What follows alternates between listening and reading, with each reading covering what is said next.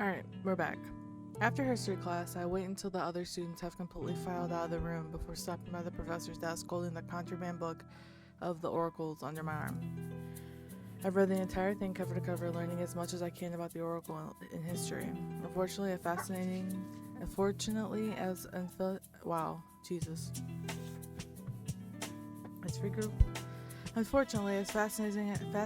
as it was, I am no closer to determining what could have happened to my predecessor.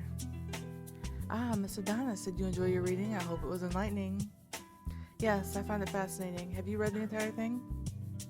Of course, I've made it a point to read all my books in my collection at least once. Do you have any questions about what you read? Well, to be honest, I wanted to read the book for a specific reason. I wanted to try and find out more about the oracle before me, Sybil. Yes, I imagine that you would want to know more about her. What happened to her was such a tragedy that it must have been difficult to witness. Sybil was beloved by many, and she would have likely served a very long time. But of course, the book was written before the recent events, so it may not have given you much closure. I'm not sure what I expected. I guess I was just hoping for some insight into what might have happened to her.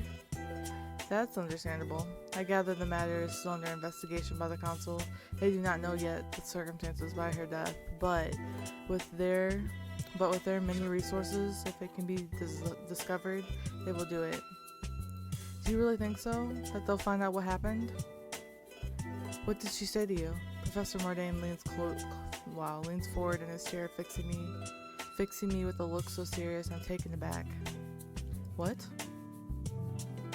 Like Sybil, you were the last one to see her. Surely she said something. Yeah, she did. The professor does not say anything, just continues with that same intense stare. She said she was sorry. Professor Mordane nods as if it was the most expected response. Anything else? Not really. She didn't really have time. Of course. I'm sorry. It was rude of me to ask. It must have been a difficult thing for you to witness. My need for knowledge has gotten me in trouble again. Forgive me. I nod silently. He's not the first one to be interested in what happened in the street, but I know very little more than I did when it happened. I feel almost responsible for her death, even though I know deep down I'm not at fault. Someone else did this. Are you concerned for your safety, Miss Adonis? I shrug, honestly not sure what my answer to that question really is. I can't really give you any information that will put your mind at ease, but I do know that you have a lot of people watching out for you. It would be difficult for harm to come to you here. Despite my reservations, his words do make me feel a little better. If I find any additional information about the matter of Sybil's death, you'll be the first to know. I'd like to help you in any way I can. Thank you, Professor. Anytime. Now, you better go. You don't want to be late to your next class. Alright, electives. Symbology.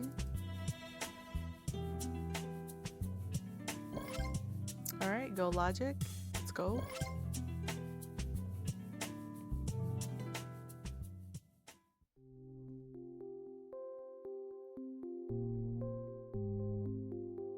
It turns out my second lesson with Arian is not much better than the first one. When I arrive at the small little study that is now our dedicated practice room, Arian does not even look at me before issuing instructions. Please sit and begin your visualization exercise.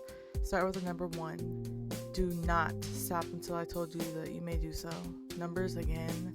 I stifle a sigh and sit. Arian's back is towards me. Once again, he is scribbling something in a notebook on his desk. Reluctantly, I close my eyes and attempt to repeat exercises from last week. I imagine big, bold numbers in my mind, wait 20 seconds, move on to the next number. After about 20 minutes of this, I feel like I'm doing a pretty good job at concentrating. I'm not letting my curiosity or boredom get the better of me, and I don't open my eyes to see what Arian is doing. Maybe I'm actually improving.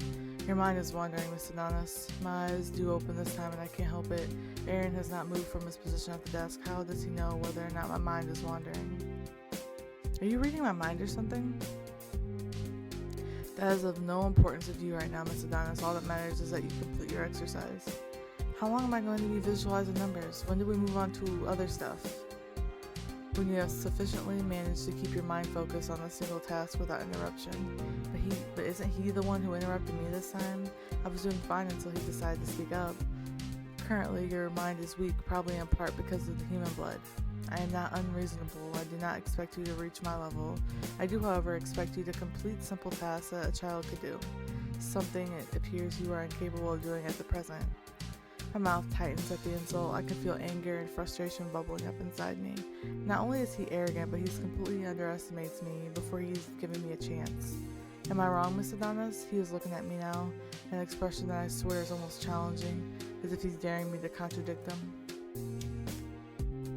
Get angry. If I'm so incompetent, why are you even bothering to tutor me at all?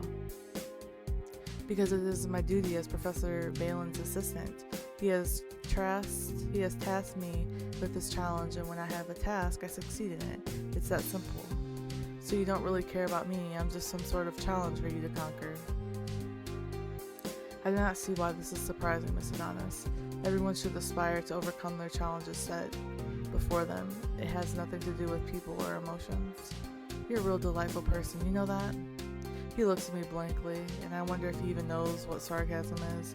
If you are quite done with this little tantrum, perhaps you could get back to your exercise? It's not a question or even a suggestion for the matter. He is certain I will comply, and he's right. I'm happy I spoke my mind, but the truth is I do want to improve. I just hope I can graduate from this imaginary accounting sometime this century. I give an exaggerated sigh and close my eyes again. I get to about number 200 before he lets me go, with instructions to meet him again next week. See you next week. Yeah, next week. He seems annoying.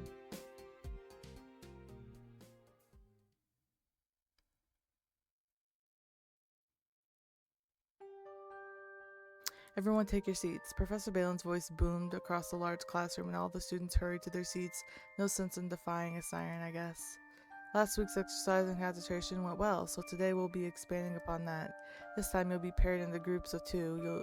Your task will be to block out the distractions your partner will be providing. The professor looks around the room silently, counting off the numbers of the students. Looks like we'll have an odd number. It seems Mr. Harrington only felt like coming to class once this month. There's a slight ripple of laughter around the room as that professor's comment. I'm a little surprised that I don't know what that is. Fair attitude. It's almost as if he's accepted the fact that Gray isn't coming to class regularly. After last week's short appearance, he decided to skip again. We are all paired. One of the younger students is paired with the professor, and we spend the lesson attempting to disrupt the other's concentration. I feel like I did a pretty good job considering how I've been struggling with the concept of clearing my mind. Class ends and I begin walking towards my dorm room. Strangely, I find myself thinking about Gray. Does he really skip every class? And why did he leave class so suddenly last week? He was acting kind of strange, saying odd things. The professor doesn't seem to do anything about his lack of attendance, which is even stranger. He's probably smoking in the courtyard where I first met him. Didn't he say that was his favorite spot? I wonder if I should go look for him. Let's go look for him. I head to the courtyard, which is now filling with students loitering between classes. I scan the growing crowd, but don't see Gray amongst them. I'm about to give up and head back inside when a whiff of that familiar sweet and spicy scent catches in my nose. I follow the scent and find myself in a shady corner of the courtyard, a good distance away from all the other mingling students.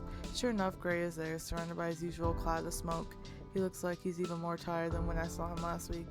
He sees me and takes a few steps towards me. The tired and drawn look on his face disappears, replaced with the typical lazy smile. Were you looking for me, Oracle? You weren't in class again today. He shrugs and the grin on his face fades slightly. Those classes don't really benefit me. The last thing I need to do is practice meditating and thinking about blank spaces or whatever. I think back to what little I know about Gray's abilities. On our first meeting, he mentioned something about my aura, so I assume that his abilities fall under a similar subcategory that mine do. So you have your abilities completely under control then? Hold on, I don't know why it's not going. Alright, he shrugs and takes a long drag of his cigarette. As much as anyone else's does, I suppose. That isn't much of an answer. I, for instance, have very little control over my abilities at present. But then again, I also wasn't born with them. Professor Balin didn't seem so surprised that you weren't in class again. Because I rarely go. How can you get away with that? I mean, don't you get in trouble? I'm what you might call above the rules. How do you manage to be above the rules exactly? Oh, you haven't heard? I'm the only son of the esteemed council leader. Without his kind donations, Sarenvale wouldn't have half the resources it currently has. His statement might sound like bragging if he didn't say the words with such disdain. So of course they can't kick me out, not unless they want to endure the wrath of the council leader Harrington. So you're a rich boy, huh? Does that make me more attractive? Sure. Yes, actually. Who doesn't love riches?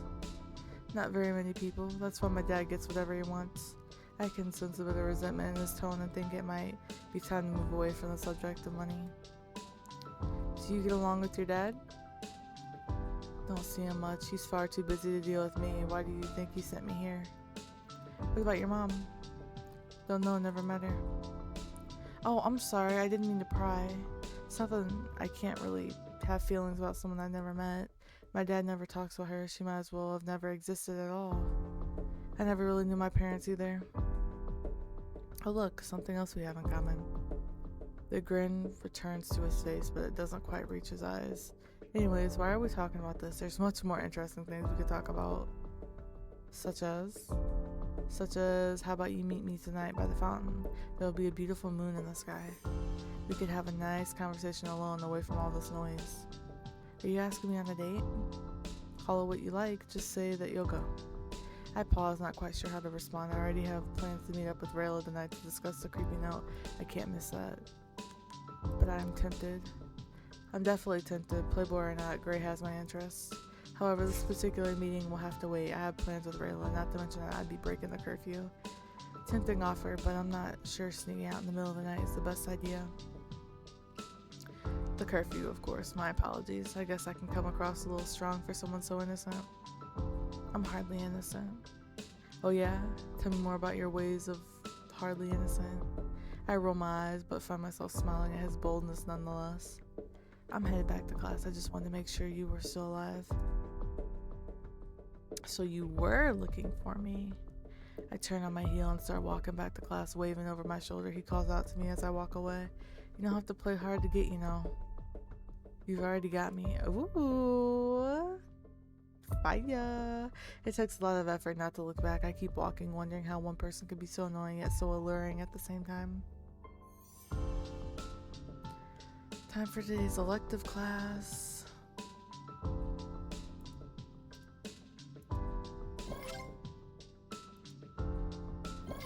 I like their outfits. As soon as I enter my room, I'm greeted by an excited Rayla.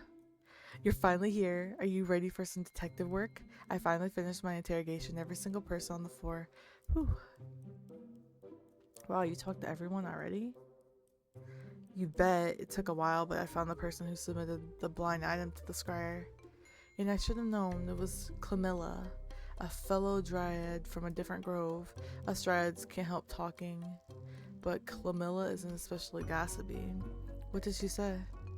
Well, that's where it gets a little sticky. She told me what she knew, but it's not much. Apparently, she stepped into the hall just as the suspect was sliding something under her door. She's just across the hall, so she had a pretty good vantage point. That sounds like good news. Well, it would be, except the guy never showed his face. In fact, Camilla claims he walked straight into the wall and disappeared. What? Is there a type of radiant that can do that? There are radiants that can move through solid surfaces, like walls and such, but that clearly is not what happened here. It's not why.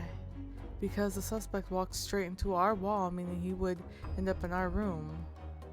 And I would have seen him for sure? Exactly. What does this mean? The person just disappeared into thin air?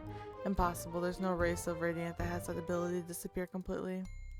The abilities like that are cataloged pretty extensively for security purposes and all. So if someone could do that, everyone would know about it. So where does that leave us? There's only one option. He's a descendant.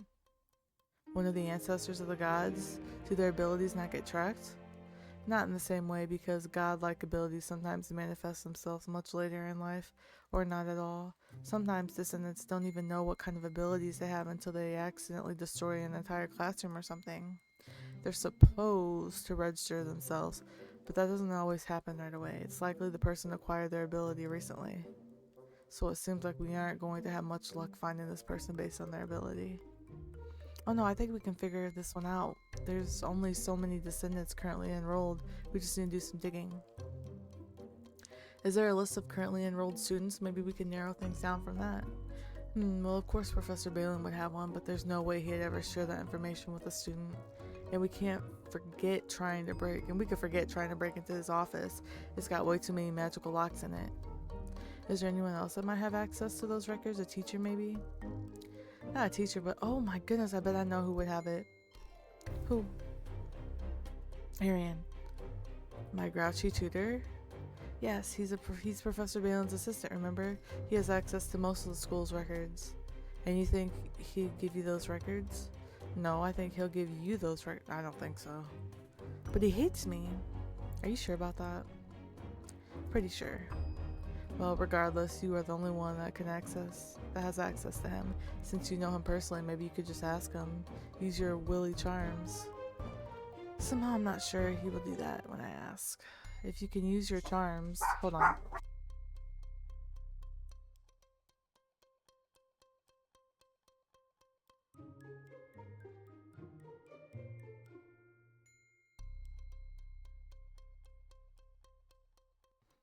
If you can't use your charm, then you might want to consider acquiring those records some other way. Oh, we're talking about theft now? Not necessarily, I'm just saying you can do it your way. My way, got it. Sorry for the barking, guys. Now I've just got to figure out what my way actually is. Hold on, let's take... Oh. I don't want to read all that over again.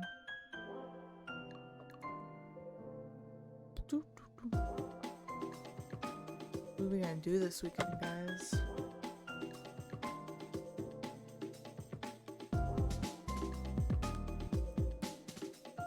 Hang out in the courtyard. I spent this afternoon socializing with other students in the autumn courtyard.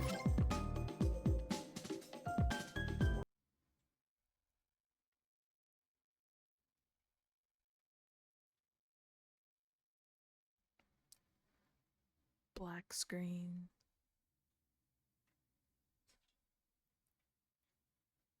Another black screen. Alright, what are we doing today? My dog's coughing.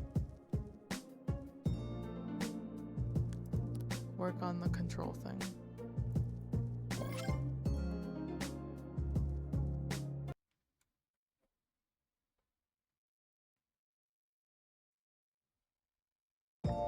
After my weekend activities, I stopped by the library hoping to get some last-minute reading in before meeting with the consul tomorrow. Professor Balin told me there was no need to worry, but I'm not sure that I'll be able to relax if I went to bed early. So I figured reading is the best way to pass time and calm my nerves. By now I know that mind magic section of the library well enough. I also know there's a minimal amount of information about oracles. But as I pursue the shelves, I realize that there are more about magic theory. Will not ease my thoughts. I want to know more about the council itself. After a few moments of searching, I find a small section of books dedicated to government and law. Feeling a little intimidated by the sheer size of the volumes, I picked the smallest one, The Visual Guide to Radiant Government. This book is probably made for children, but seeing as I'm practically a child in terms of knowledge here, I think this will do. Mrs. Donis, are you here late this evening? I look up to the sound of my name. Oh, hello, Professor Mordain. Is it really that late? Late enough for students to have cleared out. Of course, I prefer to spend my time in the library after hours. I like the feeling of having the place all to myself.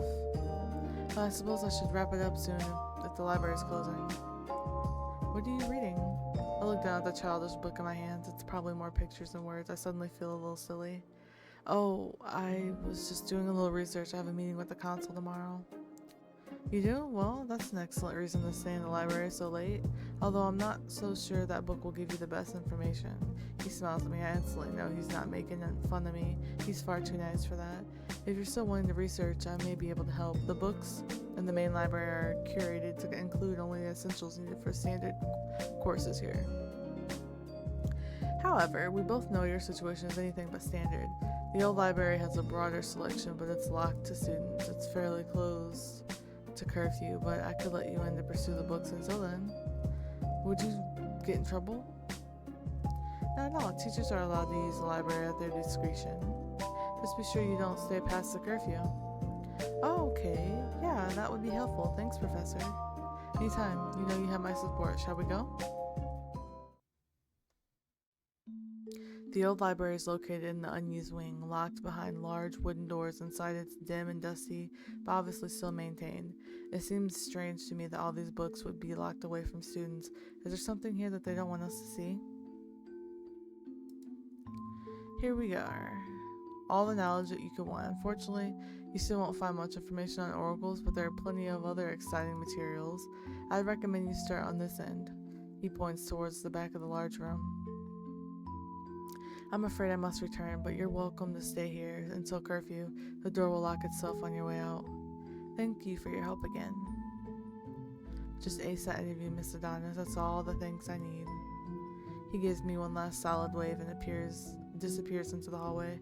Once he's gone, an eerie silence surrounds me. I'm not sure I agree with the Professor Mordain's love of being alone in a library, but I'm not about to waste a perfect opportunity to see what's on these shelves. Okay, I guess I'll start back there. Unlike Sarenville's main library, this one appears to have no labels indicating which section I'm in. The professor and I should start on the far end, so he probably knows what topics are displayed here. The back shelves are crammed full of a myriad of dusty tomes. I idly run my hand along the shelves, squinting in the dim light to read the spines. Tablets of Celestial, Mythological Compendium, Revised Treatise on Telistic Rituals. Can't even begin to comprehend what these books are about, but they don't seem to be related to my research of the console. I'm not really sure if they're even related to each other. I pull one book out at random, the Lunarstar Almanac. It appears to be a guide to charting the movement of the sun and moon. Interesting, but not exactly helpful to me right now. I wonder what Professor Mordain expected me to find in this section. I'm just about to aimlessly pull another book out from the shelves when my vision gets dark. A vision? Now? I needlessly squeeze my eyes shut and try to focus. I see myself walking through the stacks of this very library, pulling a book from the shelf. It's worn and covered in green velvet material. I see myself open the book, and even though I can't see what's inside, a feeling of great significance washes over me. This is the book I've been looking for. I open my eyes as the vision dissipates. This is strange. I've never really had a vision resembling my own actions before, nor have I ever been so clear. Perhaps my skills are evolving. In any case, I know I need to find this book. Once again, I start searching the shelves, this time looking for an emerald green spine. I wonder what could be in this book that's so important. Did Professor Mordain know about it? Why would he have just told me? As I reach at the end of the aisle, I stop short. Did I just hear something? I wait for a beat, two, nothing. You're just scaring yourself, Nori, and now you're talking to yourself too. Having reached the end of the section, I move on to the next.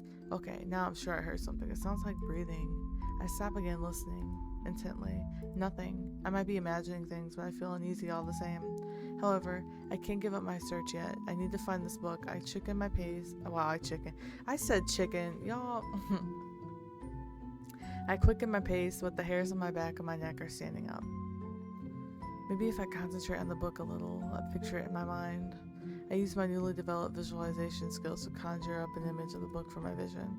Soft green fabric, worn at the edges, yellow pages, a black ribbon bookmark hanging from the spine. I feel a chill cross me. It's almost painful, like an ice cream headache, but I don't stop. I move across the aisle, slowly feeling the shelves with my mind rather than my eyes. When I turn the corner, the chill begins to weaken, and I feel like this means I'm moving in the right direction. Sure enough, the further I move down the second aisle, the warmer I feel. I continue to move until my head feels hot and feverish. I open my eyes, and there it is. Well, what do you know? The visualization actually works. I pull the book out from the shelf, and it almost buzzes in my hands. The cover is plain with no words on the front or spine. I open the book tentatively. It's handwritten, each page marked with a date at the top. This must be a journal of some kind. Unfortunately, it's in a language I do not recognize. It definitely does not use the alphabet I am used to. I flip through the book and one word pops out, aside from the date. There's another word on the entry that's not the same foreign language, but in English. Each entry is signed Sybil. This is the Oracle's journal. I almost can't believe it. My vision led me here, so this must be important.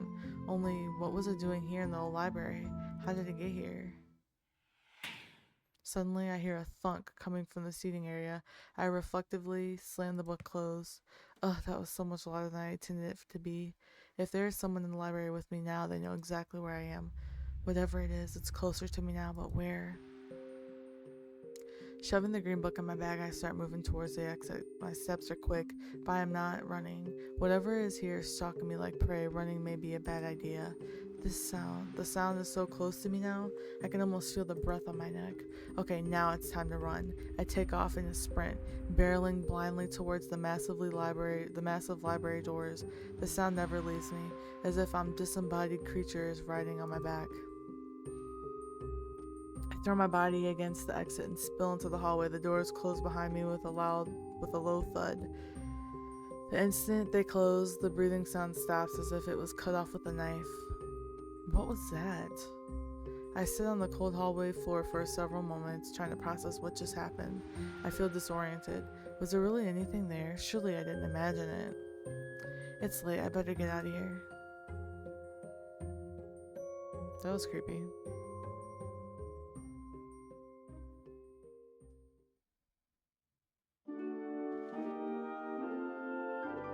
Hold on, guys.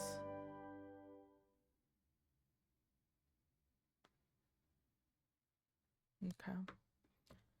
Week 5.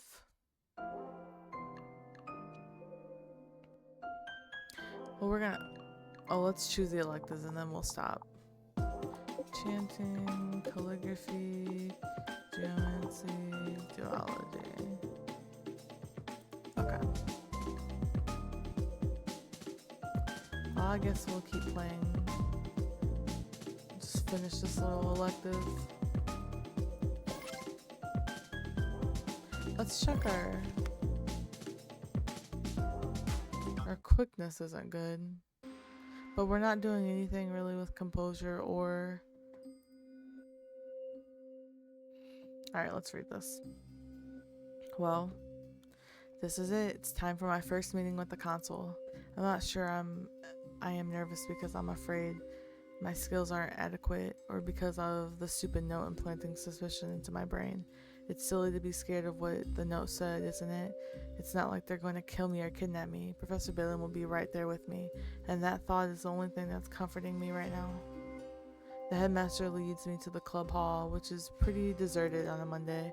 We approach the big double doors at the end of the hall, the student council room. We're a little early, but it's better not to keep the consul waiting. Yeah. You don't have to look so nervous, Mr. Adonis. I'm confident things will go smoothly for you. Can I borrow some of that confidence? I may have those gifts, but I wouldn't dream of taking this experience from you. The doors behind us burst open with the familiar face of Simia appears. I'd like to announce the arrival of an honorable council of radiance. Simia steps out of the way and a group of robed figures enter. They're a bit different than I had imagined. I suppose I expected a group of old men, but the council includes a pretty diverse range of faces. There is a man at the front, a very sophisticated looking one. I assume he is the head council leader. Behind him is a young looking boy with long wavy hair and very tall, very thin woman with a stern expression on her face. There's also a very large red bearded man with a wild sort of look about him. All 6 members of the council settle into the seats as at the front of the room. Some of them are looking at me with interest, others it seems they could care less about me. We are gathered here for the assessment of Nori Adonis, the Oracle in training. Headmaster Sirius Balin is present on behalf of the student. Council Leader Harrington will preside. Simia steps off the podium and seats herself. There is an agonizing moment of silence before the council leader speaks up. Please approach. I look towards Professor Balin, who nods at me encouragingly. I take a few tentative steps towards the podium. Council Leader Harrington gives me a very uncomfortable once-over. What?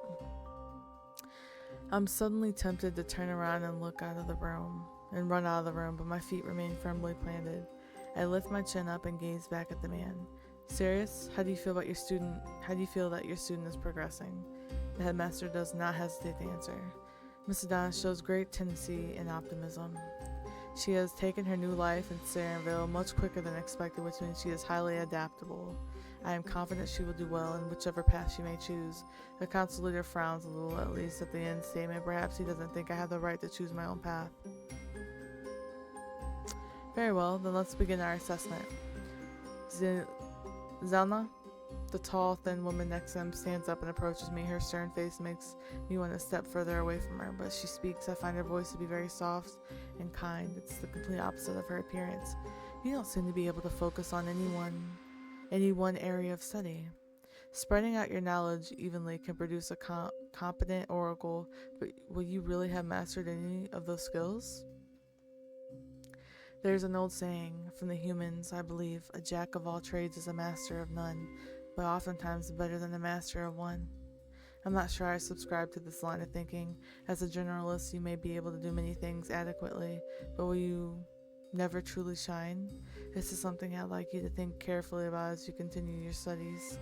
That's all for my assessment. The woman returns to her seat. Well, that could have gone worse. See, I told you there's nothing to worry about. I hope you're right. Florian, you're next.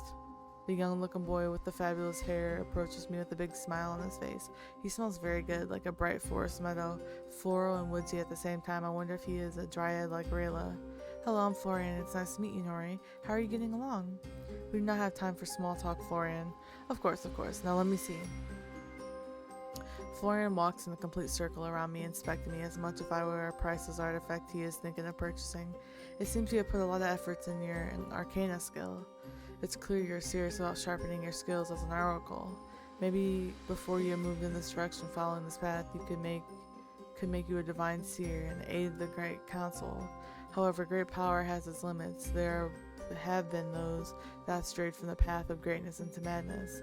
It is very delicate balance. You must prepare for the risk. You're very interesting, Nori. I'm very excited to see where you go. Thanks. Florian gives me a soft smile before he returns to his seat. So far, this test has not been what I've expected. I thought I might have to, do something somehow. I'm not sure if it's better this way or not. Tao, the large man with the red beard, approaches. He has golden eyes and dark skin, a very interesting combination. Unlike the other two assessors, Tao seems to be all business, no small talk or words of encouragement. Do you have a tendency to get into trouble? I guess I do a little. Your affairs at school are a little concern to us, but insubordination within the council is not something we tolerate. Decide which road you want to go down and consider carefully how it will affect your future. He gives me one last piercing look as if trying to decide if there is anything else about me worth mentioning. I think I've seen enough. Tao returns to his seat. That was a quick assessment. No time wasted, I suppose. I glance at Professor Balin, whose face is completely calm. Apparently, this test is going as expected. We will now confer to discuss our assessments. That will be all, Headmaster Balin. Professor Balin nods politely to the council members as they file out the room. Wait, that's it? I told you at your first assessment would not be anything to worry about. I simply want to make sure you are making progress. I'm not really sure how they can tell just by looking at me for 5 minutes. Does that truly surprise you after all you've seen here at Sarenville? Yeah, I suppose you have a point there. Take a deep breath and relax. You made it through the first council meeting without any trouble. Whew. Now, let's get out of here. You deserve a rest.